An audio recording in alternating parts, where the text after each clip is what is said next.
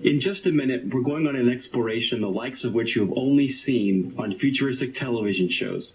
We're going to take a ride on the internet, and today our destination is the World Wide Web. So grab your surfboards, internauts. We're going to hang 10.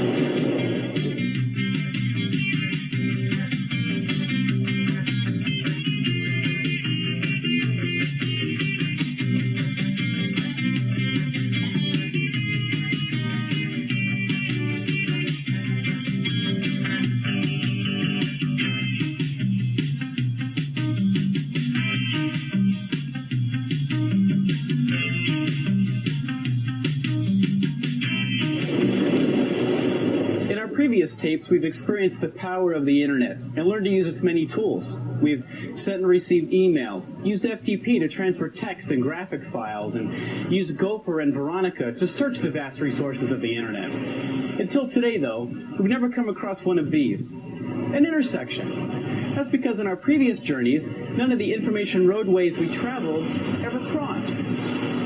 On the World Wide Web, all of the internet's information is allowed to come together in a kind of global information intersection. You see, if we were on the World Wide Web right now, down there, that would be Japan. Over there, Germany. Over my shoulder, that's the solar system. But down here is, well,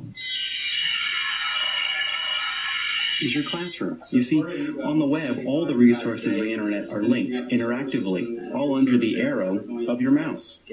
I'll show you in just a minute. First of all, we're going to be doing a research project. Okay, gang. What you're going to be doing is pairing up with your study partner, and you're going to be picking out one of the 9 planets. In that assignment, you're going to be telling us about the orbits of the planet you picked, features about it, things about the planet we've learned from the Hubble telescope and other space probes. Include in it pictures, drawings, any AV materials like that. You'll see on the board a list of reference books that you can use. John? Can we use the computer labs? Sure, the computer lab would be really good. HyperCard, that sort of thing would be a great presentation. So, pair up with your partner, and I need you to pick up your assignments on the way out, gang. Take it easy. Make sure you know what planet. Hey, I'll see you in the lab, and we can get on the net. You know, I know a really cool Gopher site where we can get some really good information on the subject. Oh, cool. Yeah. You hear that? They're trying to kill us. Maybe we should try the computer. Look, my dad has every National Geographic since, I don't know, before electricity. So we're still on pictures and stuff like that. And all the reference books we need are in the library. Like Star Trek. Well, I know this really cool FTP site where we can get some really cool graphics. Ah, have you ever surfed the web? The what? Have I got something to show you? See you in the lab after math class. See it. Maybe we should check out the computer lab. Look, all they're going to do is have some data and crunchy pictures. I happen to know the library got some new NASA tapes. Nobody else is going to have a video. Bunch of data, crunchy pictures. These guys haven't seen the web. Now here on my computer, I've accessed the World Wide Web using a program called a web browser. And there are probably a lot of things that may look a little unfamiliar to you here. And I'll try to describe it all to you in just a bit. But I just happen to know a place where... the 9 planets, a multimedia tour. Now, how cool is this? There's pictures. Let's see. Here's a little bit about the author of the site, and notice that some of the text is blue. That's the secret to the web. Those are the information intersections, or links. I'll take a look at all this stuff. Every planet and their moons in order from the sun. And I think I saw, up here near the top, it's an overview of the solar system. I'll just click on those words, and here we go. Each of the 9 planets, stuff about their orbits, and hey, pretty cool. A great graphic of all 9 all together. Now, let's get some more detail about each planet. We'll back up one page and let me see here. How about Saturn? I'll just click on the word Saturn. And check this out. It's a great graphic there too. And what's this? There's a little speaker inside of a blue box. I wonder what happens when I click on that. Let's try it.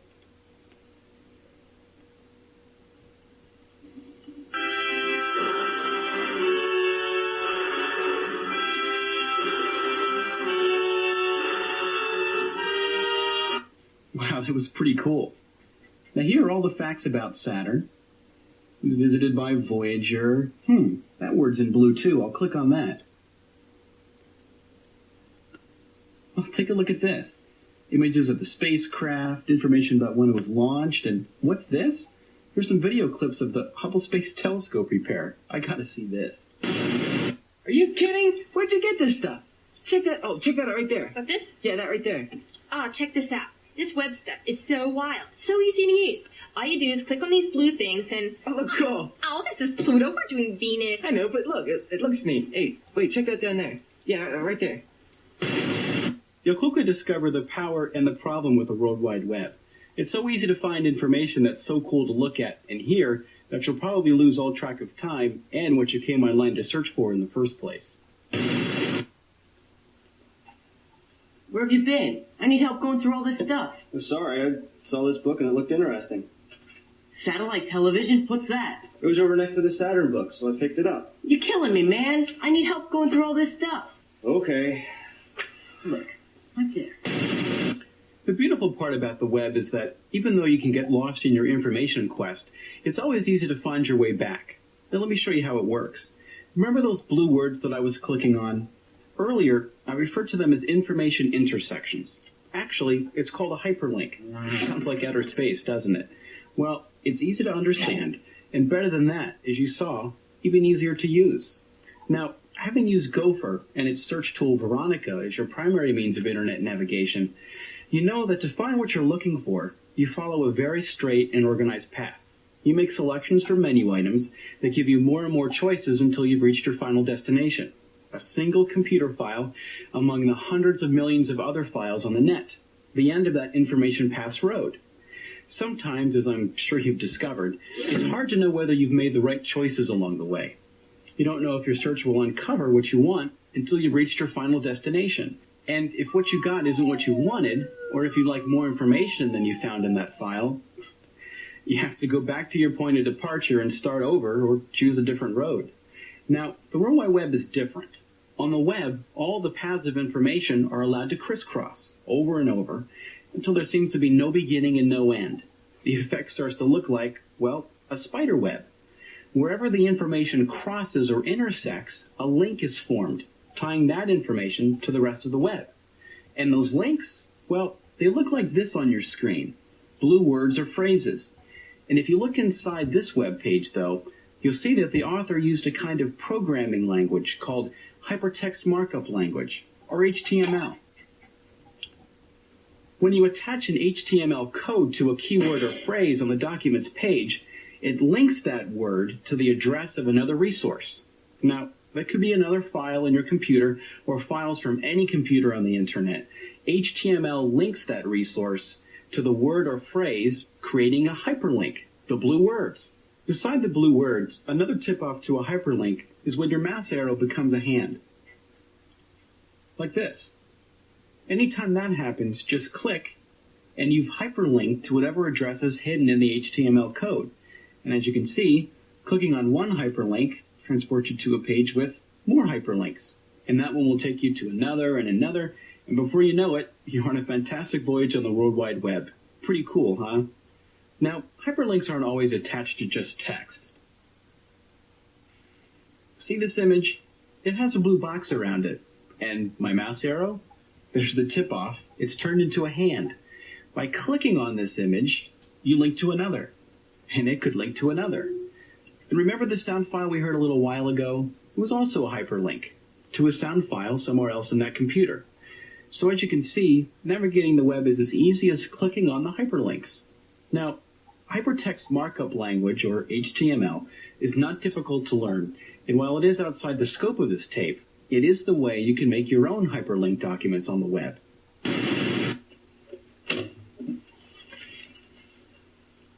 Whose idea was this anyway? I don't want to hear it. I found your NASA tapes, all 4 hours of them. They're cool, okay, but we're never going to get through this stuff. Yeah, there's a lot. We should get together tonight to organize it. Great. Wow, I can't believe you found all this stuff in one place. It's not really in one place. It's just one web page on a website linked to a jillion more. They're all over the place. Yeah, whatever. Well, scroll down. I want to see more of this. Wait, here, give me that. Okay, so what's a web page? Well, it's simply one web file among many that live in a web server computer known as a website. Remember, the web does not replace the other internet tools like Gopher and FTP. It's really in addition to them. And as you'll see, it can actually incorporate them as well. And remember from our previous tapes, when computers communicate with one another, they require a transmission language known as a protocol. In essence, the protocol tells the receiving computer what kind of activity you want to perform. So when you FTP, for example, or transfer a file, you precede the computer and file address with the letters FTP. FTP, that's the protocol. Think of it this way. In order to get breakfast every morning, you have to ask for it in French. To have lunch, order it in German. And a snack, try Japanese. And later for dinner, well, that might be Russian. So if each language was the protocol for a particular meal, the protocol for breakfast would be French. It's the same idea on the internet. If you want to FTP, your computer needs to speak in the language the receiving computer can understand. That's the transmission protocol. Well, the web is no different. The protocol for communicating with a website is called Hypertext Transport Protocol, or HTTP. It's called that because you're communicating with hyperlinks. So let's visit another website. This time, let's take a look at the Thomas database, which is the complete collection of the House of Representatives and Senate bills, as well as the congressional record. Now, like anything on the internet, you first need to know the address of the place you want to go. If you don't know the address, there are search tools on the web, which I'll show you in just a minute. Now, my web browser program is called Netscape, and I'm running it on a Macintosh. And there are a number of web browsers available for both Mac and Windows, and they all work pretty much the same, and they all look pretty much the same. So, to enter an address, if you know it, go up to the top of your screen and click on the Open button. And then a small window appears, and in it, you type the address of the place you want to go. In this case, it's http://thomas.loc.gov. Now, let's take a look at that for a minute. HTTP is the Hypertext Transport Protocol that we just talked about, and it's always typed in lowercase. It tells the receiving computer that we want to access documents written with HTML. Remember the hypertext markup language, or the hyperlinks? Now, following the HTTP is a colon and 2 forward slashes. Now, they're unique to the web. They turn the address into a universal language that all of the different servers on the net can understand. Now, that sounds a little complicated, but it's really not. Remember, the web is just the crisscrossing of all the internet's resources, not just from websites, but from every server or computer on the internet. And remember that different activities require different protocols. So what happens when this information crosses? Yep, there are going to be some major information pileups, unless, of course, you have some kind of traffic control. So the people that developed the hyperlinks also developed a universal language that allows the web browser to access and speak in all protocols. It's called a Universal Resource Locator, or URL for short. So anything you address from a web browser is called a URL, and it requires that the colon and 2 slashes follow the protocol. Here, let me get into the Thomas database and I'll show you what I mean. After the HTTP://, the address looks just like the kind you're already accustomed to using. Click on Open, and here we are. Now take a look at this page. Here are the hyperlinks to all of the House and Senate bills. Down here, the full text of the congressional record. And even down a little bit farther is a great document describing how our laws are made here in the United States. All of them are hyperlinks. And check this out, a hyperlink to a Gopher site. And look down here at the bottom of the screen. See, when my cursor is on a hyperlink, the address of the server and file appear down here at the bottom. That's where this hyperlink links to. Let's click on this, and we're in what looks like a regular Gopher site. Now, look up at our address window. See, the protocol has automatically changed. Now, instead of saying HTTP, it's Gopher, followed by the colon and 2 forward slashes. After the Gopher ://, of course, the address looks just like a regular Gopher site.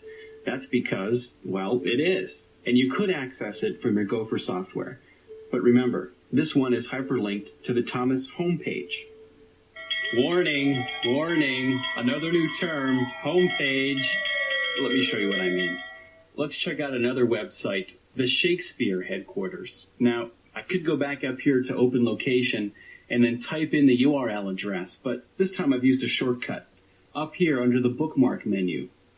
Anytime in your surfing that you find a cool place that you would like to visit later, while you're there, just click on bookmarks and then add. And it's saved for future use. So as you can see, I already have the Shakespeare homepage in my bookmark. So let's click on it and away we go. Now, check out this address. It's a pretty long one because this is one file among thousands in a very large website database. That's why using the bookmark can be handy. You don't have to memorize the URL. And remember, URL addresses, like all other addresses on the internet, must be typed exactly, using periods, hyphens, capitals, lowercase, exactly as they're shown. If you mess up, your computer won't be very happy with you. Anyway, here we are at the Shakespeare homepage, which, as you can see from the URL address, is at a website at MIT in the Shakespeare subdirectory, and this file, works, is in that subdirectory. Notice, too, that the file has an extension .html. That's right, it's a hypertext file. Now, anytime you access a website, the first thing you'll get is its homepage. It's kind of like the table of contents. It lets you browse all the information available on that site and establishes all the hyperlinks to that information. So, as you can see here, all of Shakespeare's works are represented, from his plays to his poetry, as well as other related information on Shakespeare. The cool thing about this site, though, is not just the fact that the collected works of Shakespeare, and there are a lot, are all here, but that you can hyperlink to any one of them, like Romeo and Juliet. Even more cool than that is that the glossary is hyperlinked to the text, so that any of the words that are unusual to Shakespeare's style of writing or that have unusual meanings are in blue.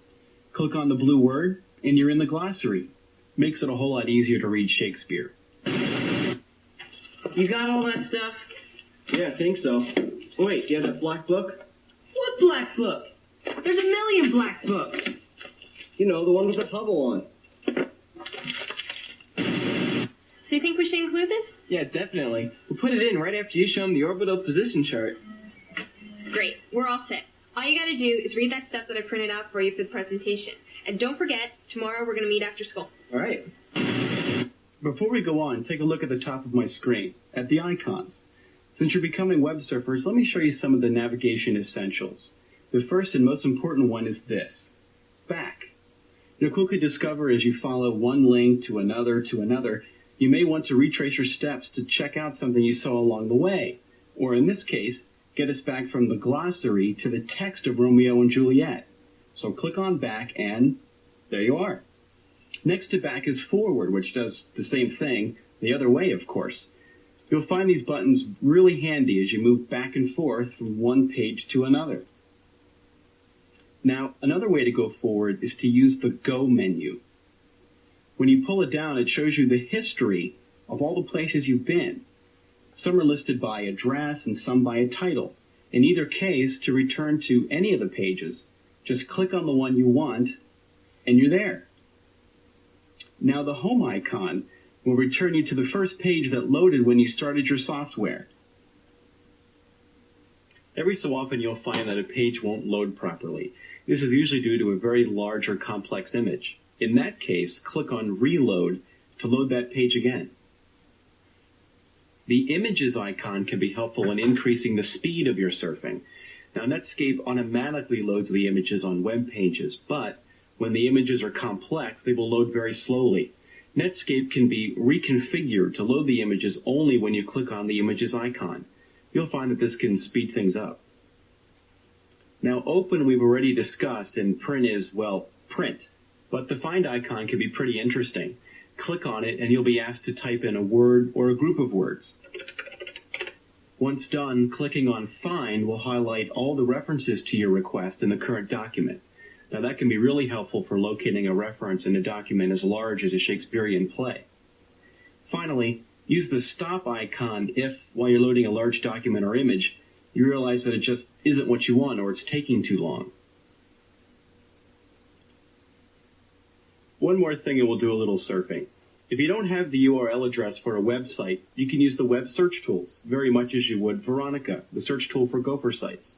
Now up here in the menu bar, click on Directory, and among other things, you'll see Internet Search. Clicking on it will give you a number of different web crawlers or search tools that allow you to enter a keyword. Here's about half a dozen of the most popular web search tools, and they're all pretty much the same. So let's do a search using Web Crawler. That's an actual search tool. And in the dialog box that appears, I'll type Shakespeare. And click on Search. And there's the results. Now, there are two differences between web searching and searching by Veronica. Veronica searches for keyword matches only in the menus of Gopher sites. But on the web, the search is expanded to include the contents of any file that particular search program can access. So here we are, references to Shakespeare, and here's the Shakespeare homepage. The other difference between this and Gopher, these matches are actually hyperlinked. So one click, and away we go. Pretty cool, huh? Now again, your program may be slightly different from mine, but all these tools and icons will be available to you, perhaps not laid out in quite the same way, and you'll have to investigate the different search tools as well as some of the other options in your program the next time you go surfing. But now, let's check out another website that I know you'll like, the Virtual Frog Dissection Kit. But be careful how you enter the URL address because this is a real long one. This site is at the Lawrence Berkeley Laboratory. That's the LBL in the URL address, and while it is at the University of California in Berkeley, it's managed by the U.S. Department of Energy. That explains the .gov on the end. So in reality, this is the computer where the dissection kit lives. It's inside of this directory, then this directory, and this is the actual file we have pulled up, info.html. Now, if you get in the habit of using your bookmark when you come across an interesting site, it'll save you from typing in all of this. So let's take a look at this page. You can find out more about the lab and the authors of this site by surfing around here at the bottom of the page. But here's one cool thing, though, here at the top of the page. This is a hyperlink to other languages. With just a couple of clicks, you can translate this entire site into Spanish, German, even Dutch. Remember, the web really is worldwide. Anyway, this program will give you the ability to explore the anatomy of a frog using data from magnetic resonance imaging, or MRI, combined with 3D animation. An MRI is like an X-ray, but it allows you to see the organs, not just the skeleton. And for those of you who don't like sticking your hands in real dead frogs, this site is for you. So let's click on Start. And here we are, an image of a frog. Now, you have a lot of choices to make here. Up top is a pop-down menu allowing you to choose the frog size and whether you want to view it from the top or the bottom. Down here is where you start to perform the real dissection. Another pop-down lets you choose whether you want the skin on, off, or just a cutout section, like a window. And these checkboxes allow you to view, remove, or single out any of these possibilities. So watch this. Let's keep all the organs on, but remove the skin. Go over here to the pop-down, choose off, and then come back up here and click on Send. Now, because there are so many choices available in this program, the authors decided on a Send button so the images wouldn't have to update each time you make a choice, slowing the whole thing down. And here we are, the skeleton of a frog with all of its organs. Now, if you wanted, say, to single out just the nervous system, come down here to the bottom and deselect the organs you don't want. So we'll take out the eyes, brain, all the way down the line, heart, stomach. When you're done, come back up to the top and click on Send. And here you are, just the skeleton. Now, you can do this with any of the anatomical combinations and view them from the top or the bottom and as a cutaway. Let me show you. We'll leave everything else the same, but come down here to the skin pop-down and select Cut. Then we'll go back to the top and click on Send. And And now you have a cutaway, a window into the frog. But here's the really cool part. Let's take a look at a 3D rotating model of our frog. Maybe this time of just the skeleton. First, we'll keep all the different organs deselected that we don't want to see. Leave the skeleton turned on. Take the skin off, and then come down here to the Movies button. We'll go ahead and turn those on. Go back to the top, and select Send. Great. Now we've got our skeleton here in the window, and down below, we have a whole new group of windows that have appeared. These are the rotation angles you can choose for the 3D movies. Let's see, how about this one on the end? It should put the frog nose up and rotate it counterclockwise. Now over here is the quality pop-down box. You can choose any quality level for the 3D image, but remember, these files are pretty big, so the better the quality, the longer it will take to load and the slower it will play. Now, I'm going to leave it in default for now, and you can experiment with the different qualities when you try this yourself. And because we have movies turned on, notice that each of the trajectory boxes have a blue outline. Yep, they're hyperlinks. That means that in this case, when you make your selection, you don't have to press the send button. Okay, let's click on this one, and you'll see that the box is replaced by another hyperlink.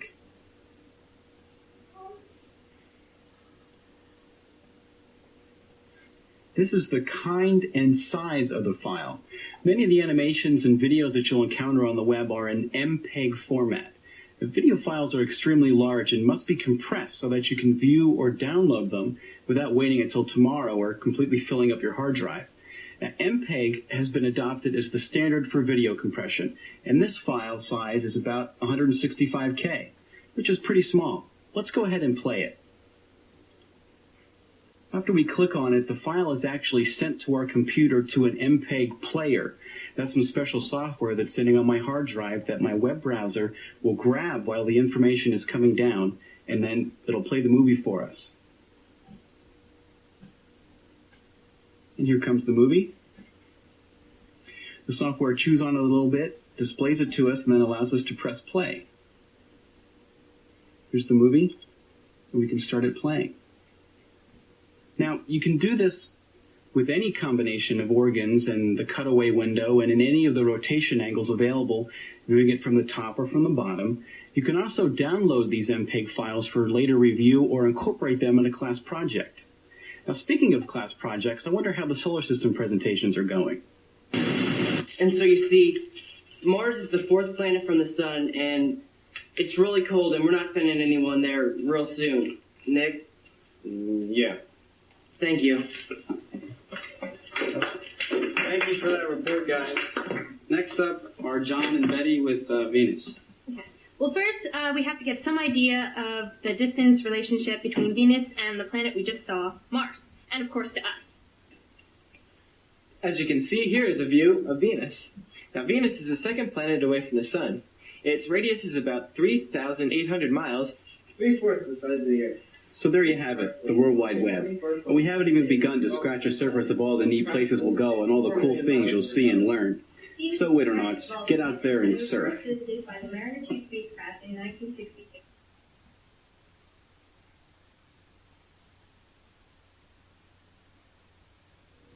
Harnessing the power of the World Wide Web will take some experimenting, some surfing.